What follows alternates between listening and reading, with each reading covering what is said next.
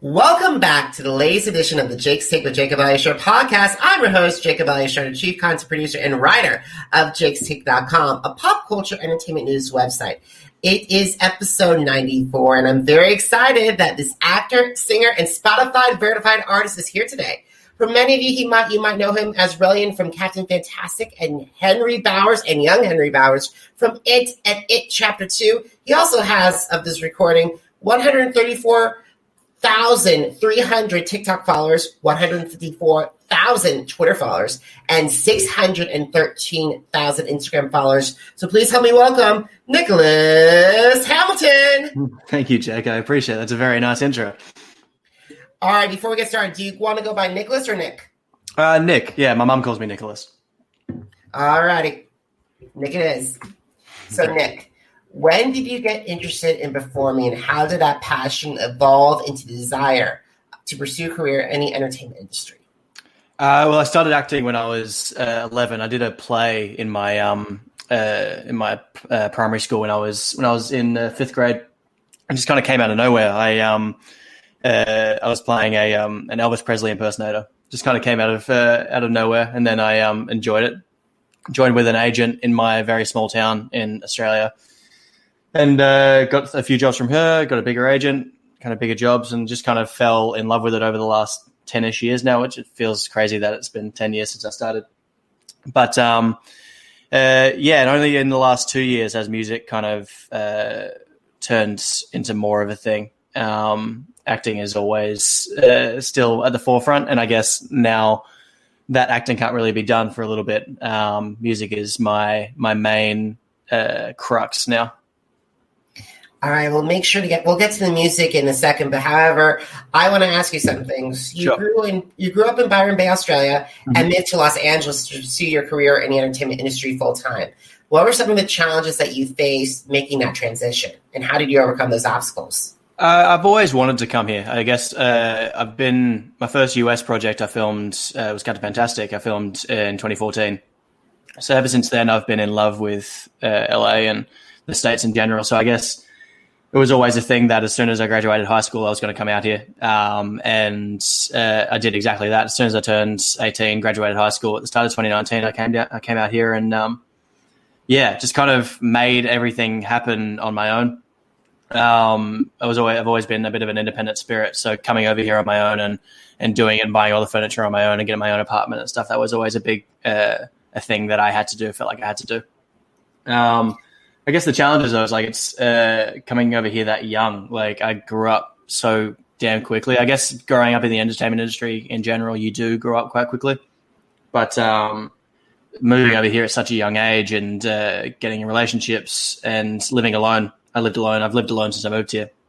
So I guess it's having to gain that maturity and gain a personality that quickly is something that I don't think a lot of 18-year-olds have to do.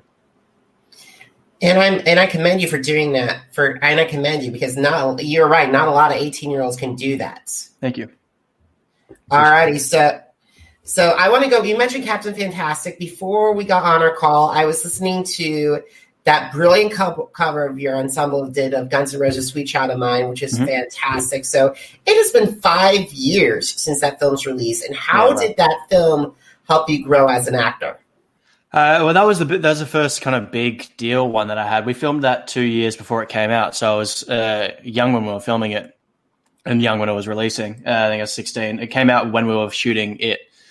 And pretty much right away, it was one of those things that just snowballed. We got a lot of nominations, a lot of press and stuff. And that was the first taste of something bigger than just doing like little indie movies and short films. And then obviously it would kind of compound that and get even bigger. But the making of that movie and releasing it and going through that whole press cycle with that family was sick. And it feels like, 5 years ago when I was 16, it's insane that it's been that long. And I'm still as close with all those people. It's the same thing with it. I like to keep relationships if I have them. And if I enjoy the people that I'm in those relationships with, I like to maintain them. And everyone involved in Captain Fantastic and it, I'm in love with. So we all still have group chats and email chains and all that. So, yeah.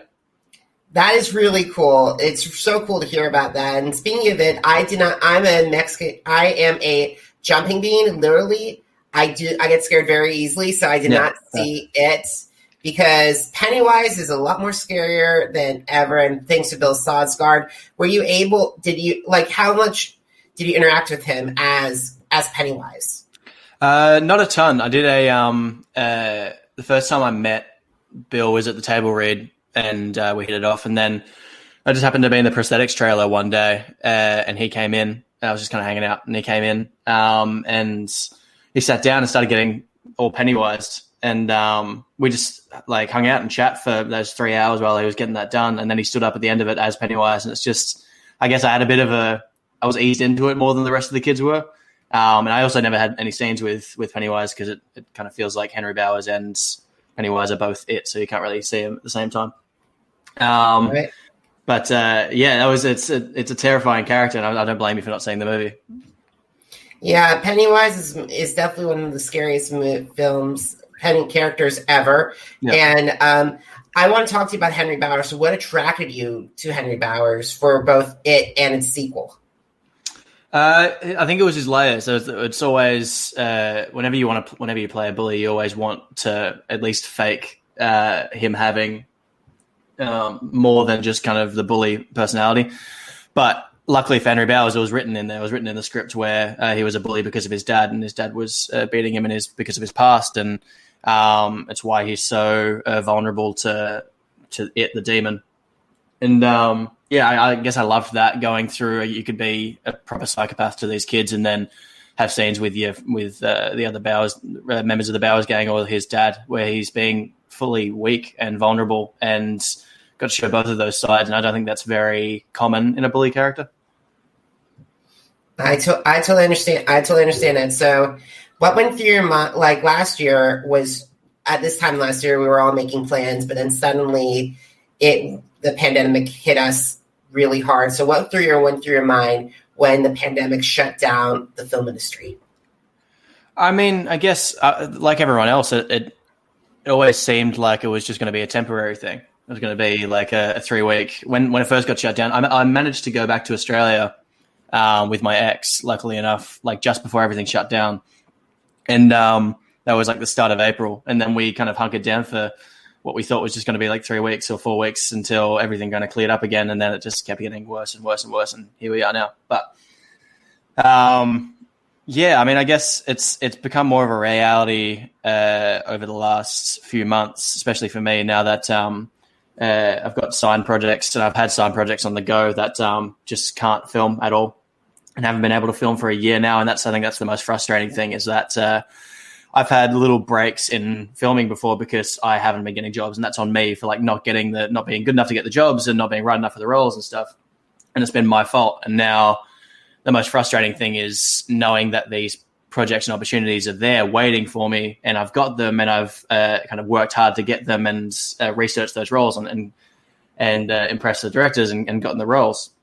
But we just can't film because of an outside source. And that's what is the most upsetting thing to me.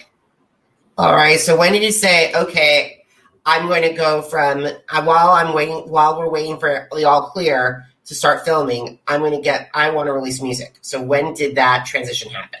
It was pretty sudden. I have a friend. Her name is Sav.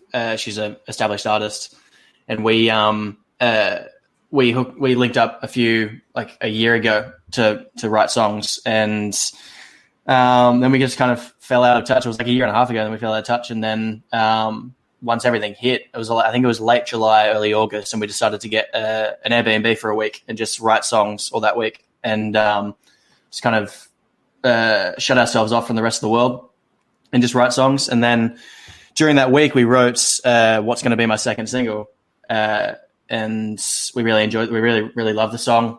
Sent it off to a producer friend of Sav, and then just kind of, it was almost forced on me to start actually thinking about recording and releasing from that moment. And that was cool. I definitely wouldn't have been making music this kind of intensely and as a career if COVID hadn't hit. But I think definitely if we hadn't done that Airbnb and we hadn't set that up so kind of quickly with a producer and actually made it happen, then I don't think any of this would be happening. So I mean, I'm super grateful because it's a hobby of mine, but it's kept me busy as a career for the last 6 months. I think, and that's incredible too. Now, while we're on the subject of staffs, I want to talk about that February 12th single, No Room. So what can my audience expect looking forward to No Room? Well, it's my second single, and I'm very, very excited about it. It's like it was always the thought of how to release these things and what order to release them in, because I'm such a novice and an amateur at kind of in the music industry still.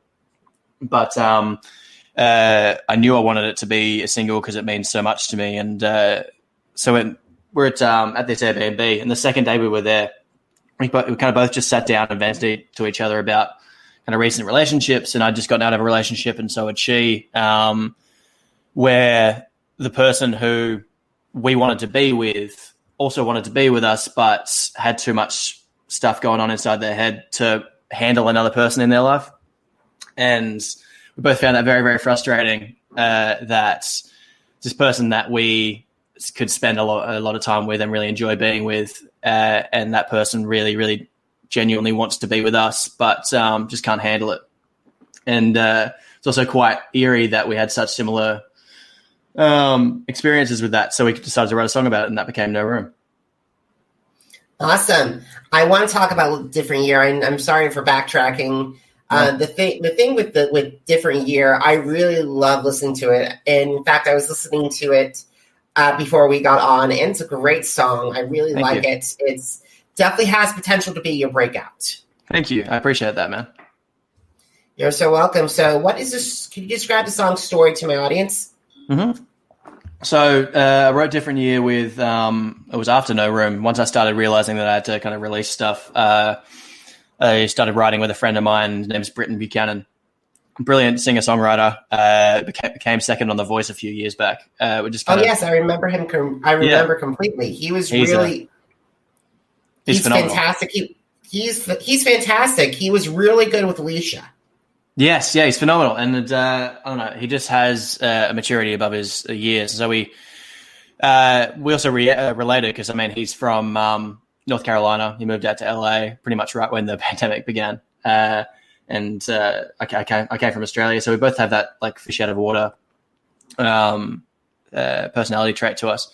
And I guess that kind of shaped Different Year. Different Year was the second song we ever wrote together, and it kind of came out of nothing. It was the first song that we wrote came out of he had a full verse put together and a whole guitar line, and I just kind of put lyrics to it. But Different Year was really just the first song that he played the first thing that came to his head. I sang the first thing that came to my head, and we just kind of kept writing. And it's the way I love to write. I don't like to write with an idea of what the song is going to be in my head already. I like writing something, and then whatever words come out when I'm singing it, that's really what the song's going to be about. I don't like forcing anything. I think a song's going to be what a song's going to be. And that's what Different Year was. We started writing about, I think the first thing we sung was the chorus. And it was, can I come over? You come here. I wish it would disappear. Can I come over? You come here. If I go to sleep, can I wake up in a different year? And that was what I didn't realize was just a full encapsulation of how both of us felt that year, last year, and I guess this year still. That you just want to go to sleep, close your eyes, and then wake up when everything's fine again. I think that's a relatable feeling that's not only because of the pandemic, but when everyone's going through a really shit time. It's how we deal with stuff. I like to shut everything off and just kind of wish that everything's going to go away, and it's not realistic, but that's what the song's about. I totally understand that. I totally get that.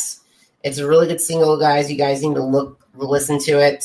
It's phenomenal. I want to talk to you about now you're on this kickstart with all this, with the singles being released of No Room and also with Different Year. Have you thought about who else you want to collaborate with? Any singers, any songwriters and producers?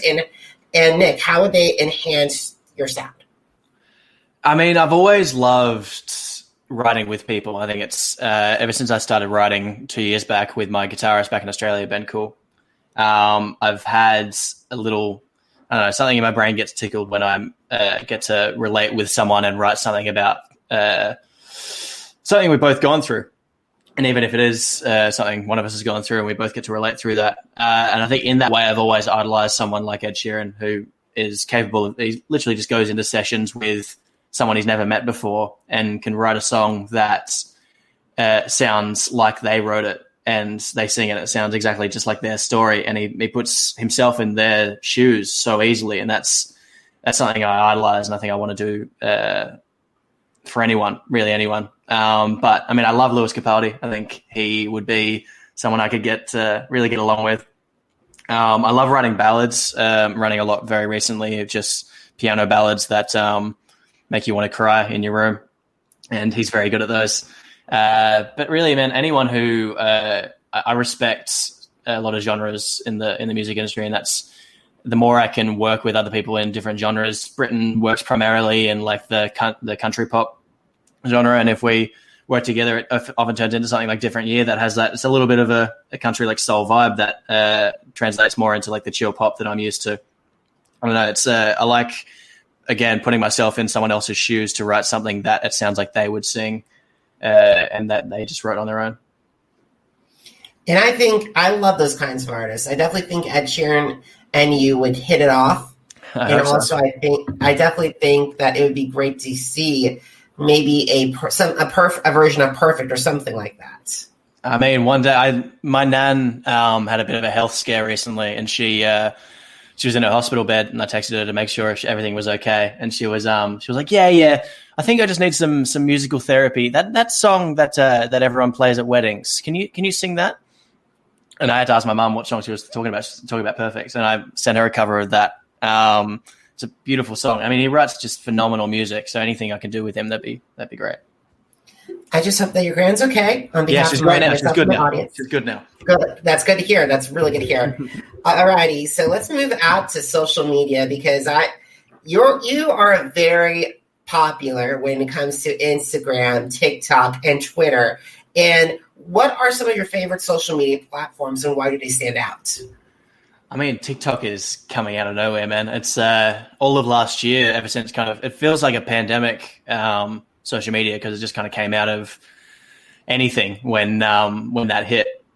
But I love TikTok, because it's not only, I think if you do something for Instagram, if I post something on Instagram or tweet something or put something on Facebook, it's going to reach my followers, but not much else. And it's the idea is to gain more followers on those platforms so you can reach more people somehow. But with TikTok, I feel like, because I often don't, and I feel like a lot of people don't go through their followers list to see their TikToks. They go through their For You page, and hopefully that's something that they'll like comes up on their For You page. And I think I love that, because it's something I make can show up on so many complete strangers' For You pages, and gets the reach out there so much further. That's what's exciting, I think, with marketing. Like with the videos I've been doing for Different Year, like I'm getting people who I would never get through Instagram, because they're people who I have never met before, never seen what I've done before. And I think that's really exciting. So I'm putting a lot of time and effort into TikTok now, and I think that's why it's growing so much faster than my other platforms. Speaking of TikTok, before we recorded this conversation, your videos have received over 1.1 million likes. So it's insane, and congratulations on that milestone. Thank you. It's stupid. All right, but however, in your humble opinion, what makes a great TikTok video? Oh, mate, I think there's so many different sides of TikTok, and I've talked to this with so many people. It's people trying to get on trends and make a TikTok because of a trend, and that's and hoping that that's going to make something explode. Like it was like Vine back in the day. It's there's so many different sides. So if you make what you enjoy making and what you want to promote, and as long as it's good, like if it's good in that market, if it's a funny comedy video, if it's a good song that you're singing, if it's a good cover, whatever, I think that has it's a good leaping off point, as long as the actual video is good and it's good quality. And that's I don't know. I'm definitely not an expert. I've done a few videos that people seem to think are funny or sound good. But I just enjoy doing it, and the more I can do it, the better. Awesome. That's a great answer to hear. So we got to start wrapping up our conversation. Okay. So if you had the opportunity to meet with aspiring singer-songwriters or actors who want to advance their career in the entertainment industry, what advice would you share with them?